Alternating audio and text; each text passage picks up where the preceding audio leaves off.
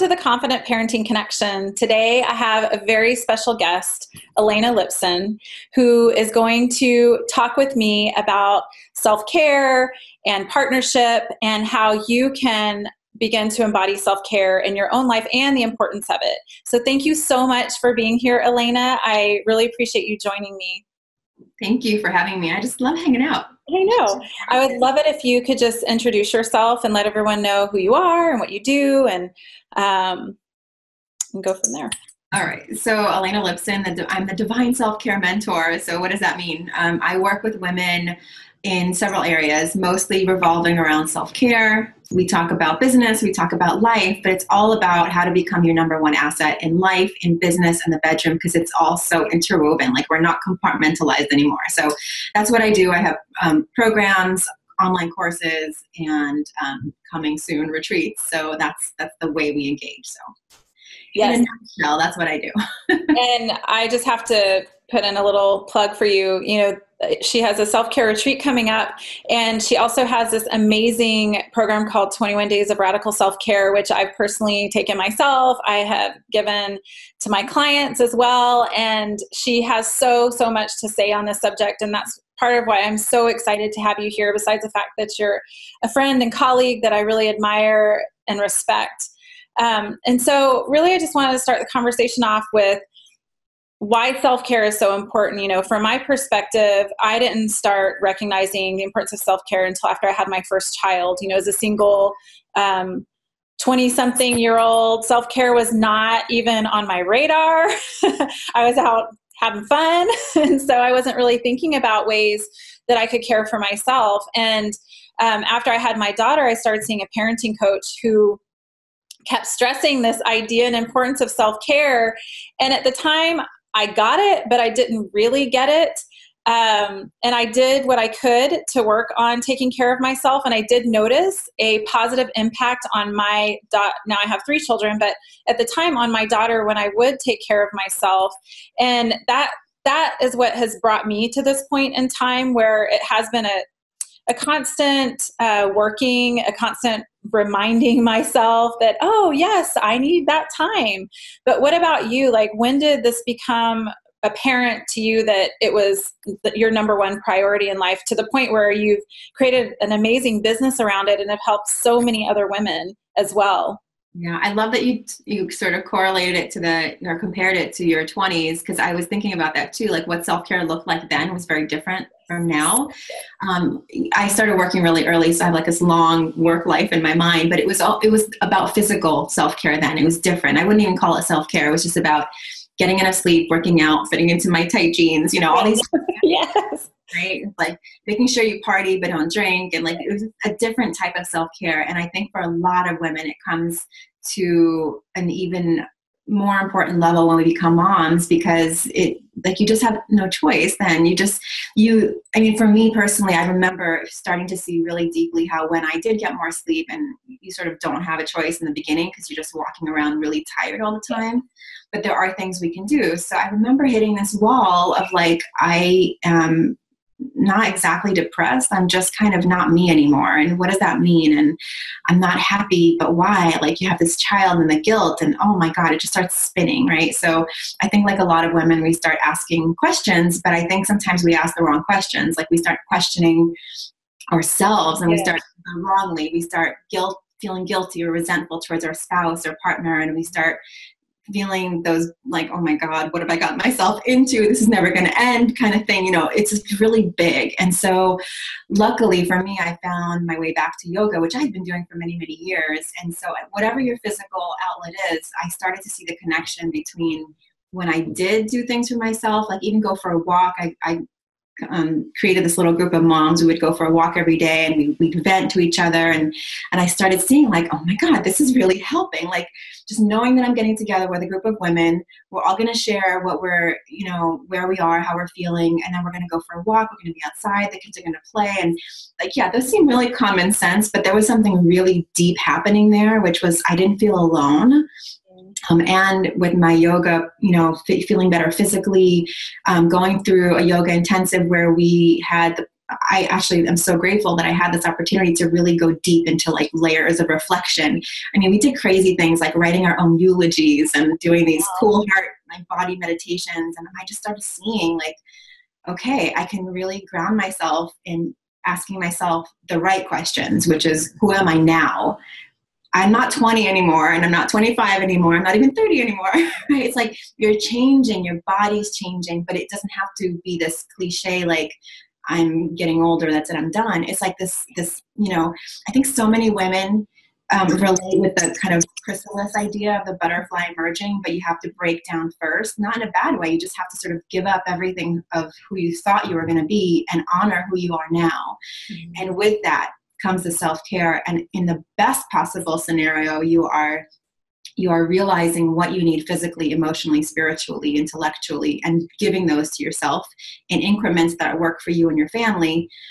On the negative side, you start realizing like, I really do need this, but then you don't feel you don't have the voice to ask for it. So this is kind of where I love what we were talking about before we started recording with the relationships. And I think this is really important to talk about, because some women are like, oh, he or she's not supportive, and that's it. Like, and it causes this real brick wall in between you. It doesn't have to be all or nothing.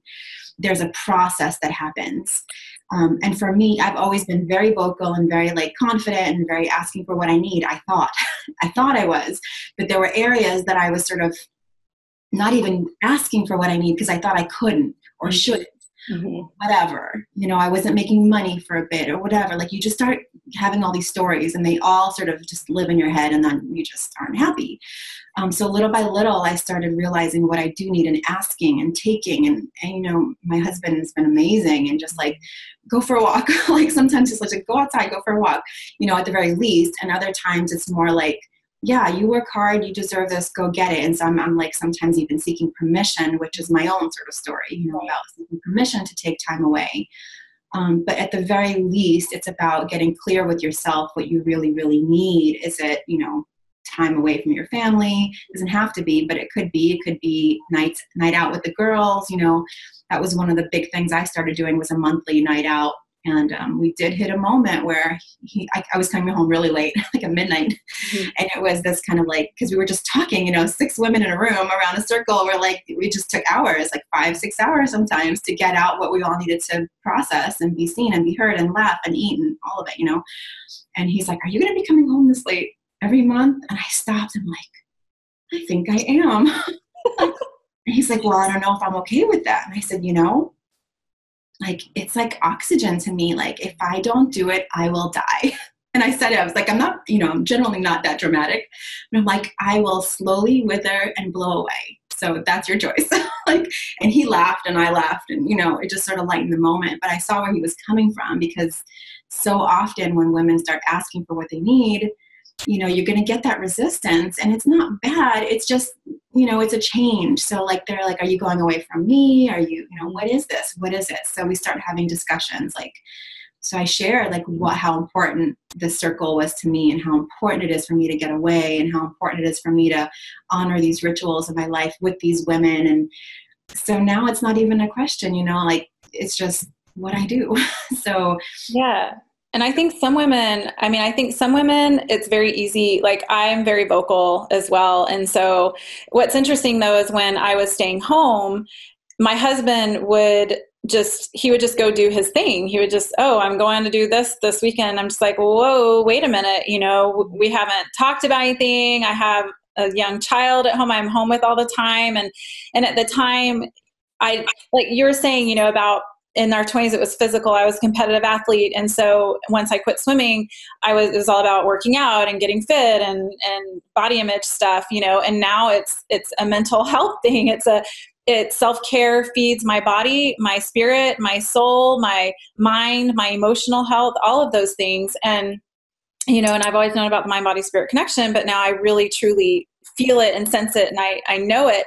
But so at the time he said, well, why don't you just do that? And then I realized that I felt guilty, and I felt like, well, this is something we should talk about. We're married, we have a kid, and we should be discussing these things. And he said, just, if you have stuff you want to go do, just go do it. And so I started doing that, and it felt really uncomfortable at first, because I was doing what I needed. It was the guilt, leaving my children, because sometimes my kids would cry when I would leave the house, and that was really hard. Even though I knew I would come back a better mom, it was really hard leaving the house when they were crying, please don't go, but I knew that they were home with somebody who loved them.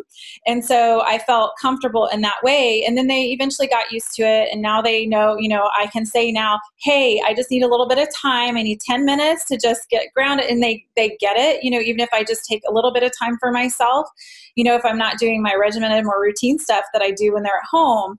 And the other thing I was going to say too, I've heard women say that a couple things. One is that, my husband won't take care of himself, which I have decided we can't control that. I mean, they have to decide that on their own. We can encourage it. We can give them space to do it. I've started telling my husband, why don't you go play tennis with your friend on Sundays? And he has started doing that, and he feels really good.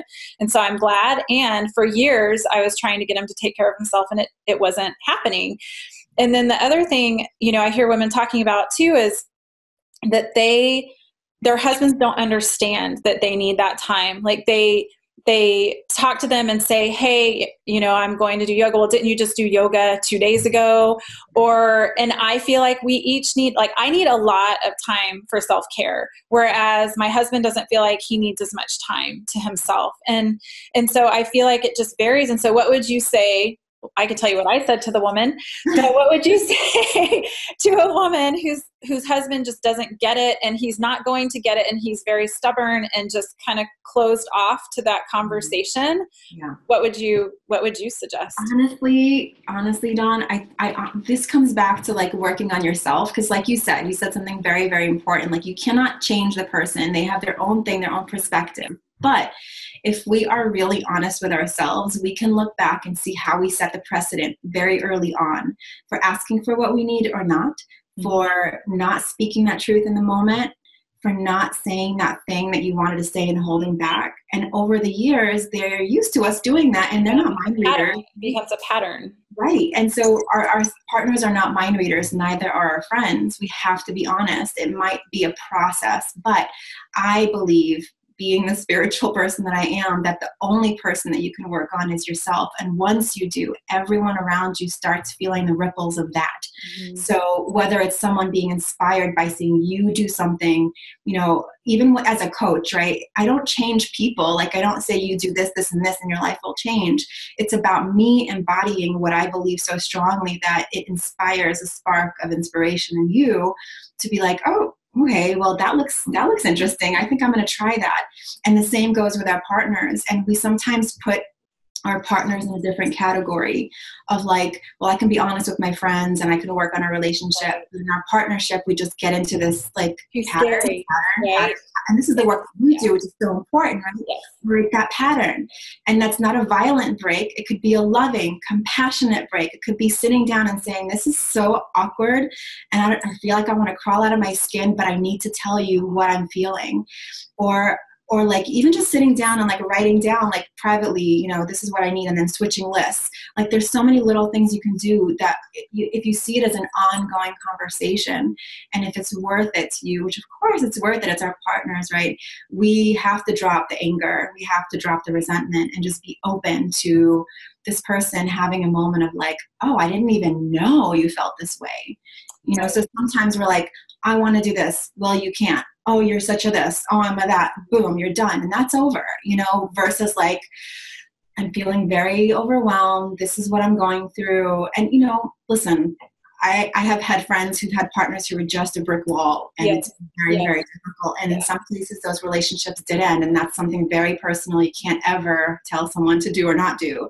Mm-hmm. But in many, many cases, it just takes some small shifts. It takes getting playful together. It takes, maybe finding a common hobby that you can do together that fulfills you in that way, and then finding something separately to do. I have friends who, they and their husbands have every single hobby that they do together all the time, and they love it that way. I personally have always needed alone time. Yeah, me too. Just need my time to just shut everything down. Me too. My husband's the same way. My son's the same way. We are all these, it's really funny how we all just sort of came together, but it's so important to be honest. I mean, I can feel right away when I'm disconnected from my husband, and I say it, I'm like, oh, I feel so distant. We need to go, let's go play or something. Let's go do something, because we just get caught up in our own stuff. We have a constant running dialogue. Yeah. And sometimes we're thinking about something for so long, and we've seen it from every angle, and then we present it to our partner and expect them to like get it right away. Right.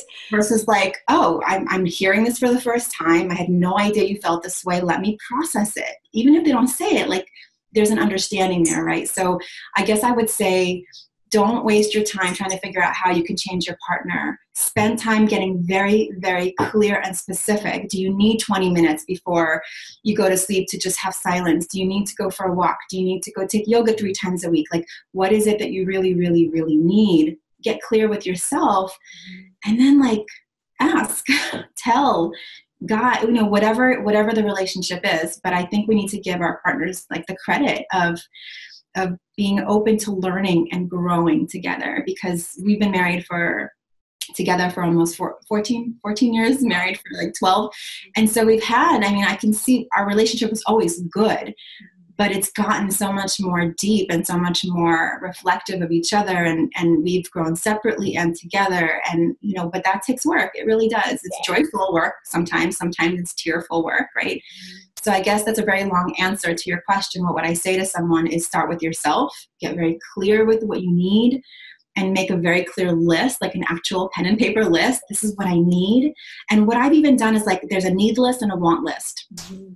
Separate them. Here's what I need. Here's what I want. And I actually created one of these before I was married. I'm like, here's what I need in a partner. Here's what I want. And actually those are different things, right? This is like my non-negotiable. This is what I need. And here's what I really would love. And maybe there's a merging of those at some point. But even if you can hand someone a list like that, or, you know, just say like, here's what I really need. And I would actually add to that as well, in that with the brick partners, you know, the ones that are the brick walls, to just do it. Like, just to say, this is what I'm doing. This is what I'm doing because I know that this works for me, and this makes me a better mom and a better wife and a better woman. And this is what I'm going to do. And the thing is, whenever, especially with women who haven't spoken up in their relationships, or they're afraid to speak up, or they haven't found the courage to speak up for themselves, I feel like, you know, sometimes it's a matter of just practicing it and just doing it. But what happens is it's going to shift the dynamic. And, you know, you were talking about patterns, and it's going to shift the dynamic, and it's never comfortable to shift a dynamic. And so the more work you do on yourself, and the more you shift, and the more the relationship shifts, there is going to be a period of time where it might feel a little uncomfortable for both people.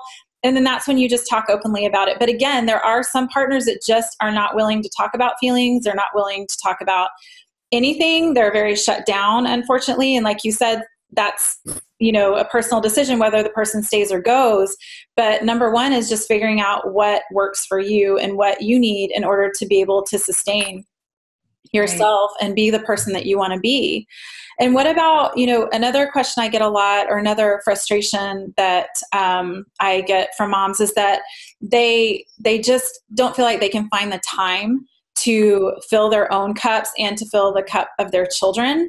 Mm-hmm. And for me, what I've been doing lately, because I used to be very rigid, and I had this, I have to do this 3 times a week for this amount of time. And if it didn't happen, then I would just throw it out the window.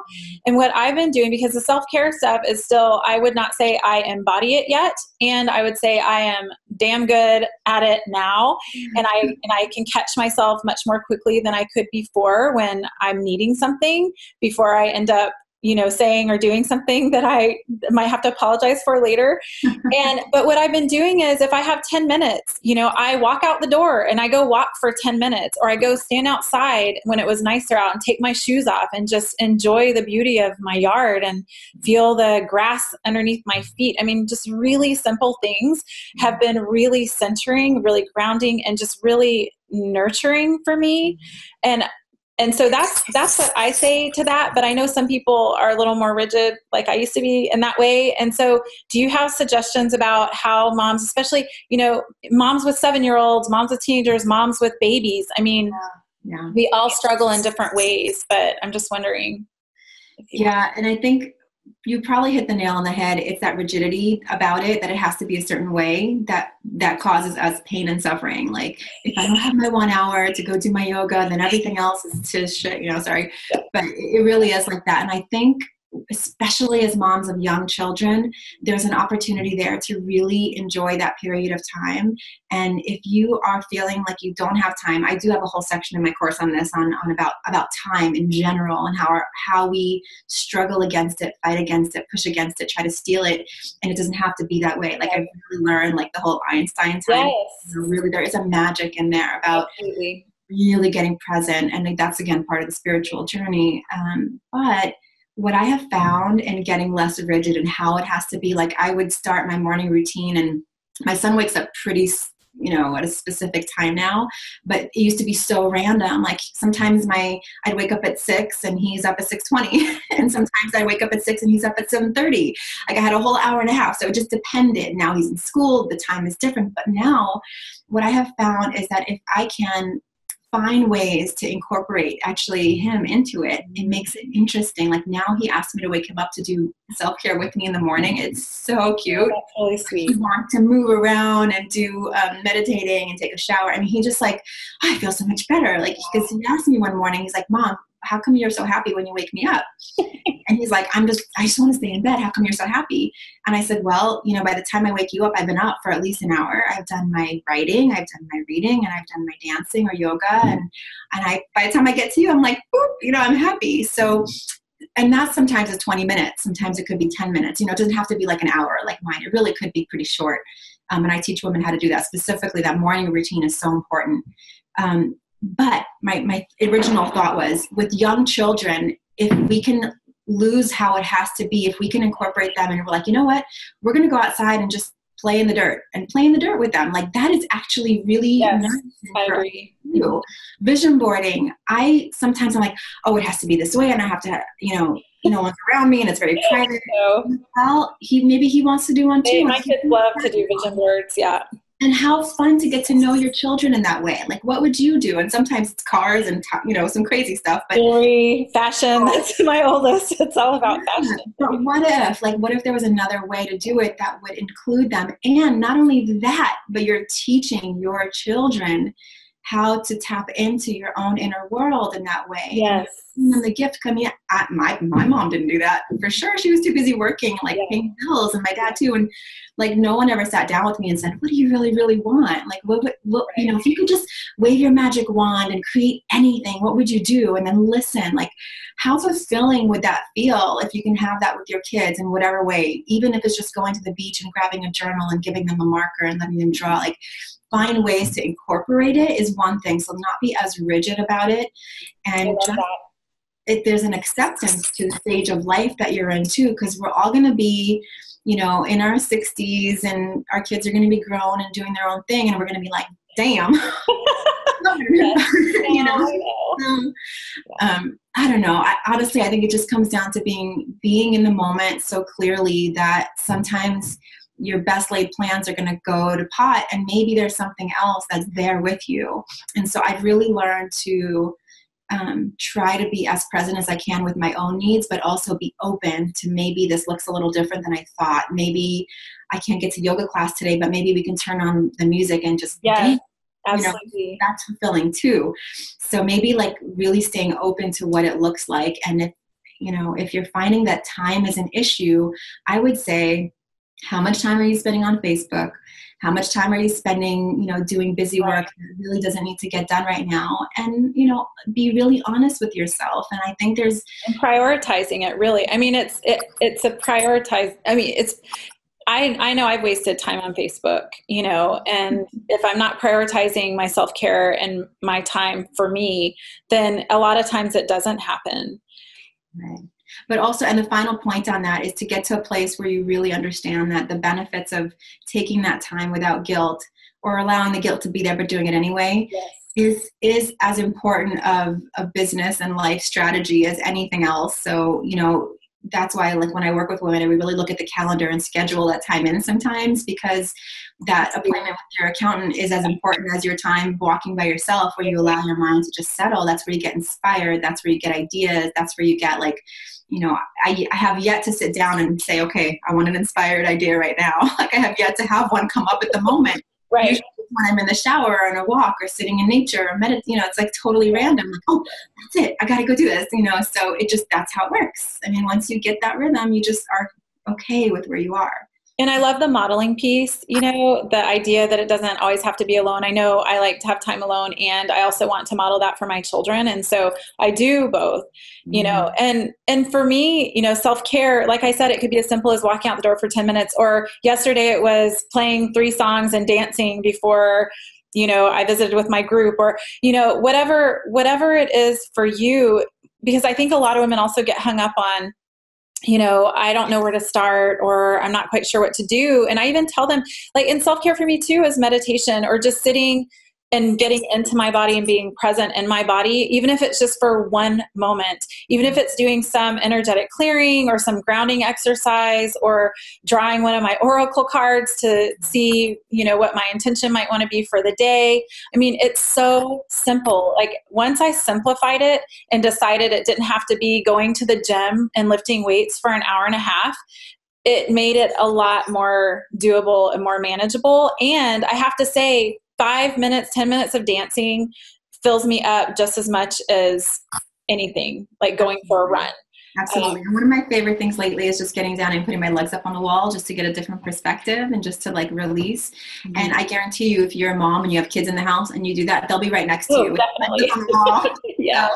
It's someone who does handstands everywhere they go. It's so fun. So just really being able to embrace it and incorporate it and having a sense of humor about it, but also, that's with your kids, right? To get there. But with your spouse, it could be a little more emotional because you're at your maybe, and like you said, when you start asking for things, the dynamic just change. And I have had clients who've had like real serious rifts, because they're starting to ask for what they need and stand up for themselves in ways they hadn't in the past. And you can make it through that. You really can. It's just being open to whatever the tumultuous period is and getting through to the other side. And that's something that there's lots of great help you can get for that kind of process. Absolutely. And I also think not having any expectations around it, not expecting them to say, oh yes, please go, or no, not having any expectation, just stating your truth, stating what you want, and then just following through and allowing them to have whatever response they're going to have, allowing them to have their feelings around it. And of course, if it's not, if it's abusive in nature, then clearly you're going to step out of that. But if they're just having big feelings around it and things are happening, you just acknowledge, I know this is hard for you, and this is what I'm going to do for myself because I know it's going to help me in the long run and the short run, because it's instant, and then the more we do it, the more grounded we are, the more centered we are, the happier we feel. I mean, it really truly does affect every aspect of life, every aspect. And that's why I think this conversation is so important. I was wondering if you could talk a little bit about your amazing program that's coming up and give people your website so they know where to go. Yeah, thank you. This is like my dream program. So this last year I've run 2 group programs, really a hybrid of business and self-care. So my belief is that self-care is also a really powerful business strategy, and that when you create your business around what you need and want most in a way that feels amazing, you're going to show up differently versus like feeling like it has to be a certain way. You're fitting a square peg in a round hole and templates and all that, So I really apply the self-care philosophy to the business world as well. So this year I'm creating a year-long program. There's 3 levels. One is a self-paced, kind of do-it-yourself. Here's the amazing materials. We still have a group call each month. And there's another one which is more of a group dynamic where it's more of a mastermind type feeling, where we have virtual retreats every quarter.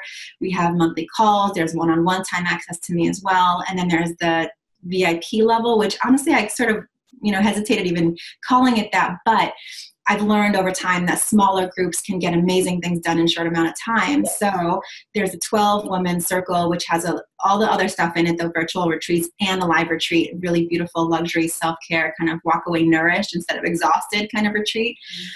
So it's called divineselfcarecircle.com. And I'm so proud of it. And so I seriously feel like I birthed the baby, with this program. So the private one is by application only, and all the information is on there. The other two, all the information is on there as well. And of course, I'm available anytime for a phone call or email question or anything like that. But it's a journey of learning how to put yourself first in your business, first in your life, in your relationship. And I'm going to have some amazing experts, someone around relationships maybe, right? So come in and share their gifts and their zone of genius as well. So it's just going to be a really cool year-long, we're going to dive deep program into self-care, into how to overlay that into your business, and very specific actionable business strategies too. So really, if it's like for the woman who's in her first to 3 years of business, who's like, I sort of stopped and started a few times, but I don't exactly know where to go. I really need some support. So that's who it's for. Yeah. And it's amazing. I've read all about it, and I've known Elena for a while now, and she really embodies all of these principles, and she's a very inspiring teacher, and you will get so much from this program if you join.